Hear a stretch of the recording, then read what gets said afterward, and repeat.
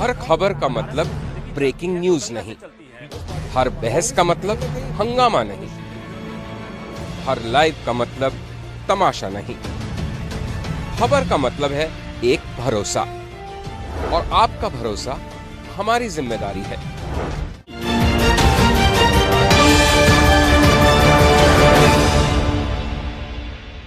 अस्सलामुअलैकुम नाजरीन, जैसा कि आप जानते हैं कि जैसे जैसे गर्मी की शिद्दत में इजाफा होता जा रहा है, वैसे वैसे लोड शेडिंग में इजाफा होता जा रहा है। वैसे तो कुछ मंचलों ने गर्मी की शिद्दत को कम करने के लिए नहरों का रुख किया और इन्होंने नहरों में नहाना शुरू कर दिया। ये मंजर है शेखुपुरा के इलाका मंडी सफ्तराबाद का, जहाँ नौजवान नहाकर अपना शौक पूरा करने के साथ साथ शिद्दत को भी कम कर रहे हैं।